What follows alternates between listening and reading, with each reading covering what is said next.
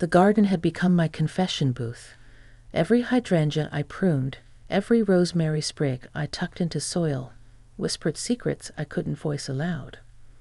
4 years of tending to this patch of earth had taught me that growth demands both violence and patience, a truth I'd learned long before the divorce, though I'd buried it like a stubborn root. The morning Ethan arrived unannounced, I was ankle-deep in compost, sweat pooling at the small of my back. June in California was a lover who didn't know when to quit. The air hung thick with the musk of damp soil and gardenias, their waxy petals trembling in the breeze.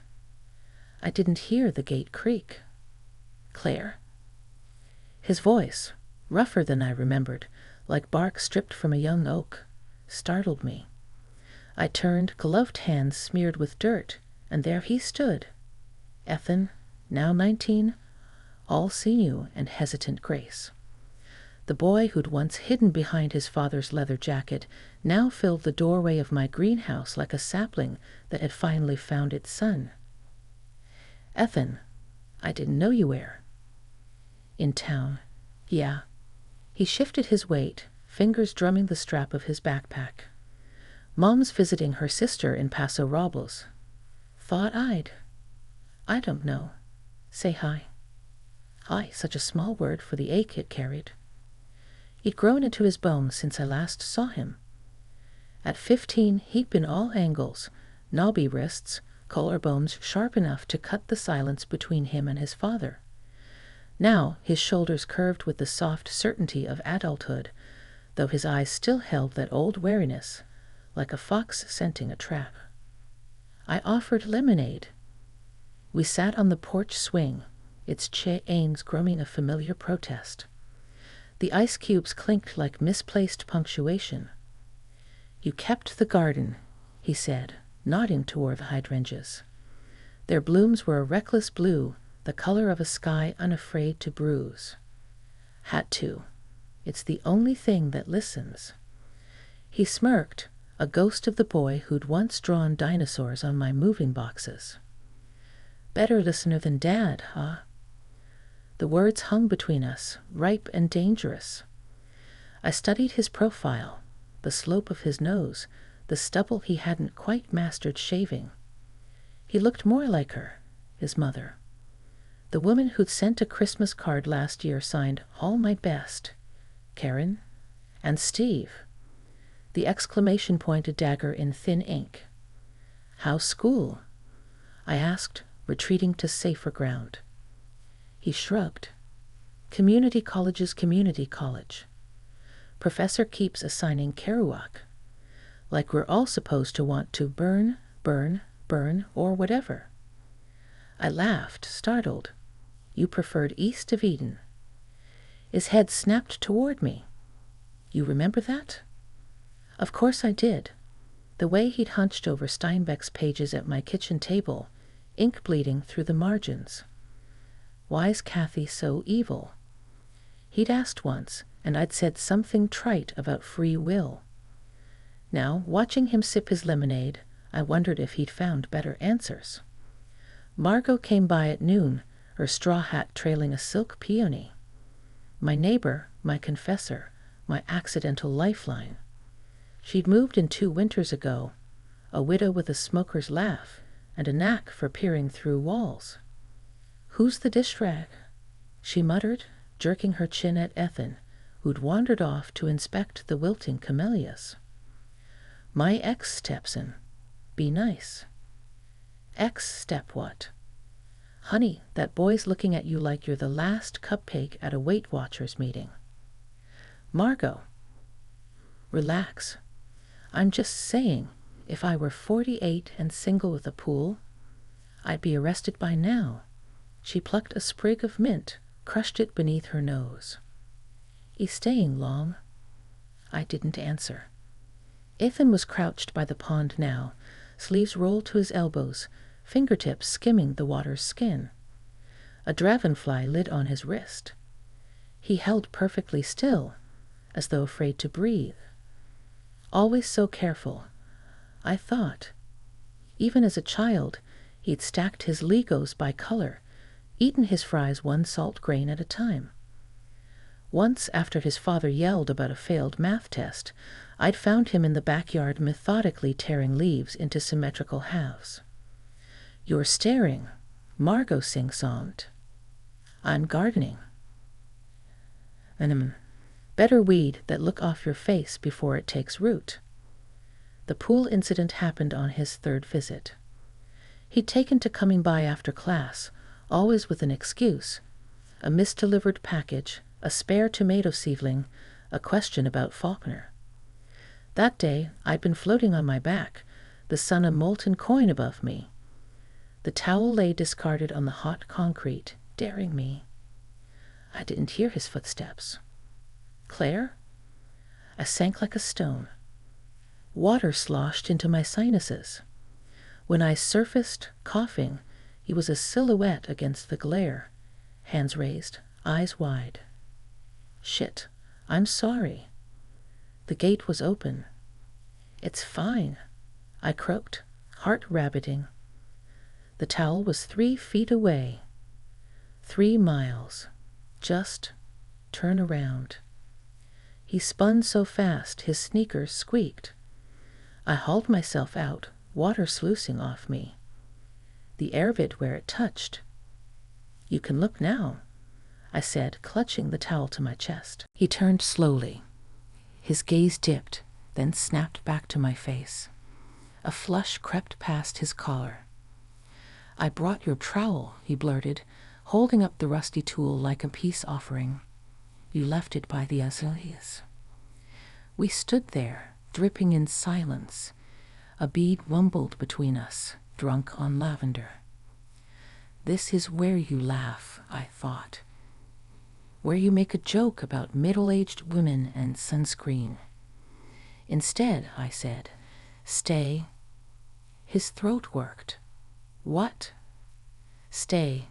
Swim. It's hot." The towel slid from my fingers. He didn't move, didn't speak.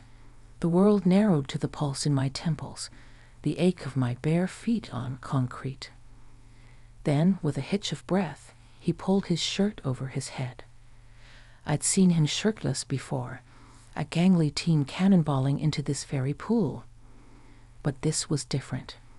His shoulders bore the pink ghost of a sunburn. A scar jagged across his ribs, pale as a secret.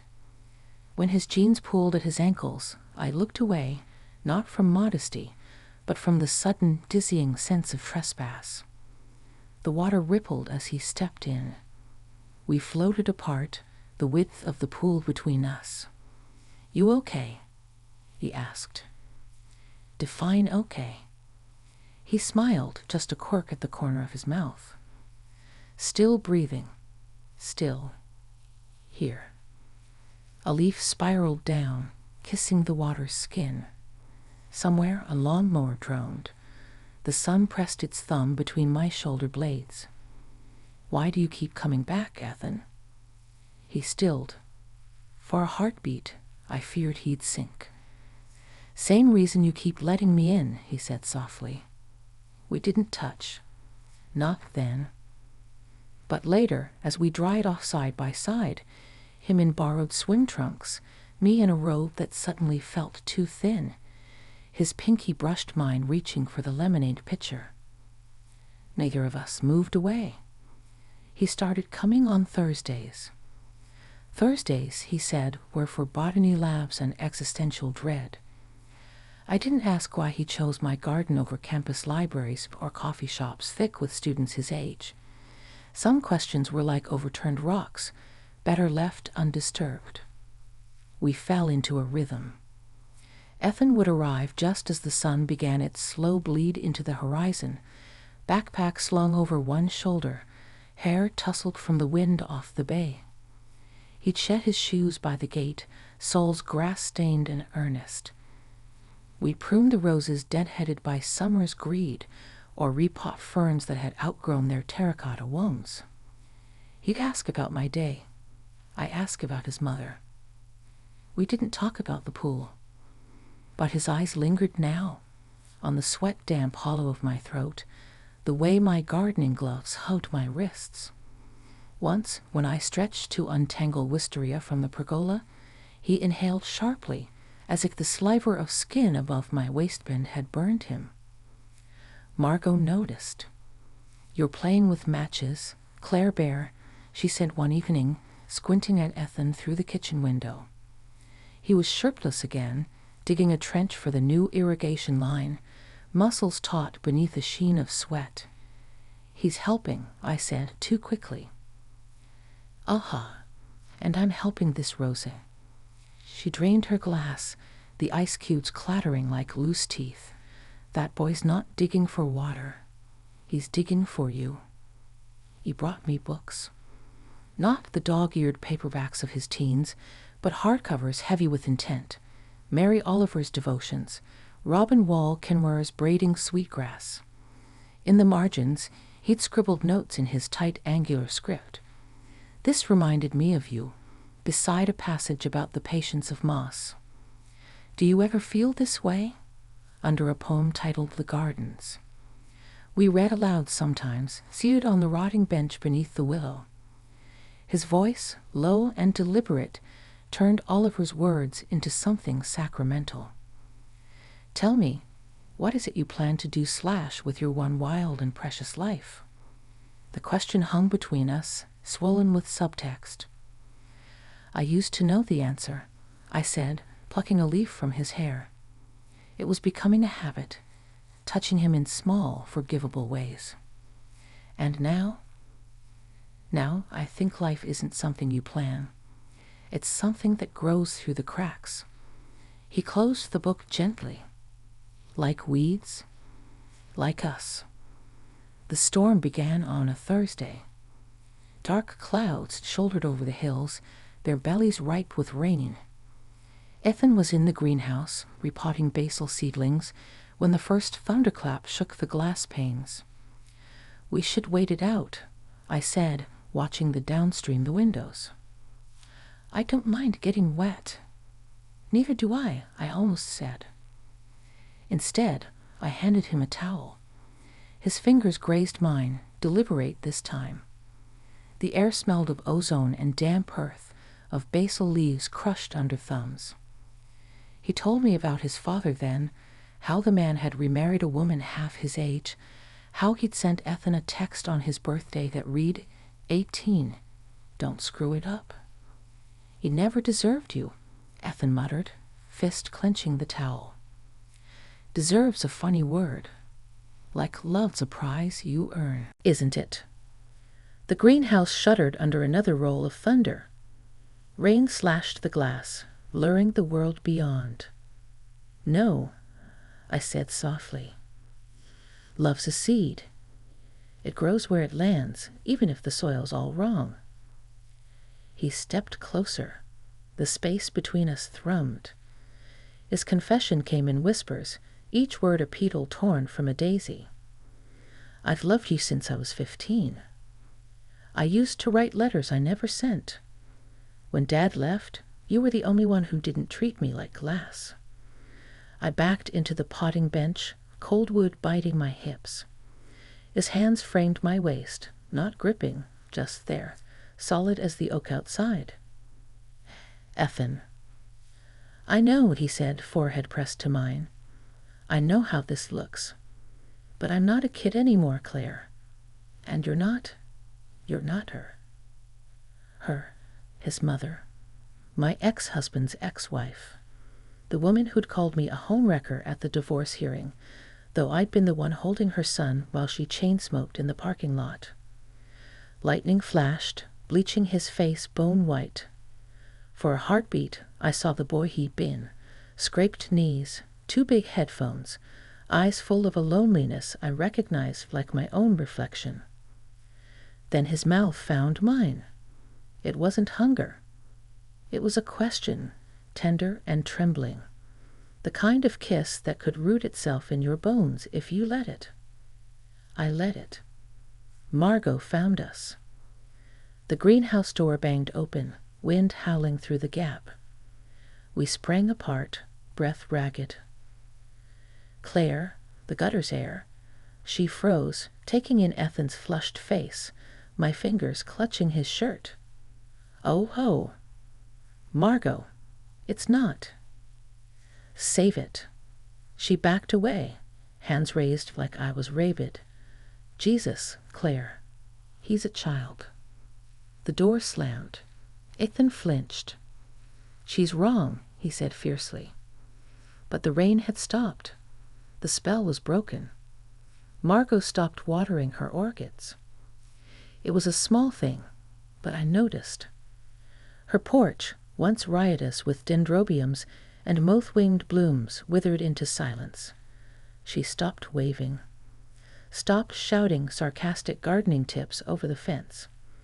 When our eyes met through the kitchen window, she turned away sharply, as though I'd become something unholy. The letter arrived a week later. Karen's loopy cursive slithered across the envelope, Mrs. Claire Whittaker, as if divorce had never happened. Inside, a Polaroid fluttered to the floor. Ethan at 6, grinning gap-toothed on a swing. On the back, in red ink, "He's still that boy. Don't make him your sin." I burned it in the fire of it, watched the edges curl black, his childhood smile dissolving into smoke. We fled to the coast. Ethan's idea.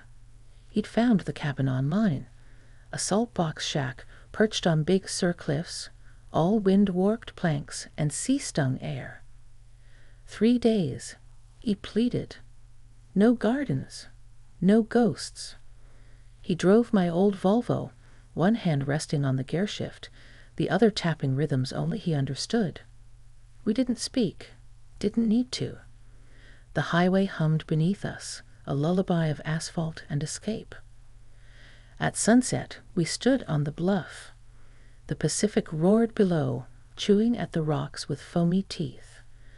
Ethan's arm brushed mine, tentative. "When I was 7, he said suddenly, Dad took me camping. He forgot the tent poles, slept in the car. I thought it was the best night of my life. And now I wonder if he did it on purpose, if incompetence was easier than effort." The wind snatched his words, hurling them seaward. I laced my fingers through his. We made love in the clawfoot tub. Not the frenzied coupling I'd feared, but something slow and salt-edged. He traced the stretch marks on my hips, remnants of a pregnancy lost decades ago, as if they were holy script. When I cried, he didn't hush me, just pressed his lips to each tear, drinking the salt. After, we lay tangled in moth-eaten quilts. He recited a poem he'd written, halting, raw, about willows and women and the unbearable weight of light. "You are the garden slash I was never meant to tend," he murmured into my hair. I showed him my scars. The appendix line, the knee mangled in a college ski trip, the cigarette burned from a lover who'd loved too roughly. "Tell me," he said, and I did. The acceptance letter came in September. University of Vermont, Environmental Studies, full scholarship. He left it on the kitchen table, creased from being carried in his pocket.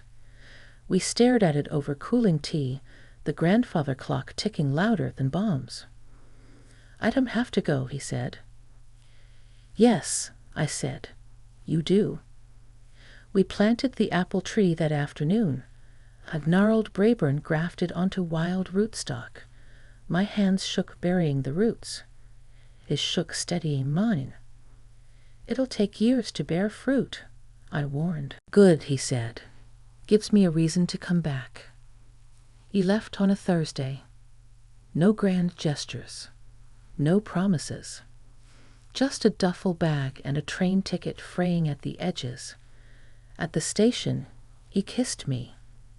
Not on the cheek, not chastely, but full on the mouth, heedless of staring commuters.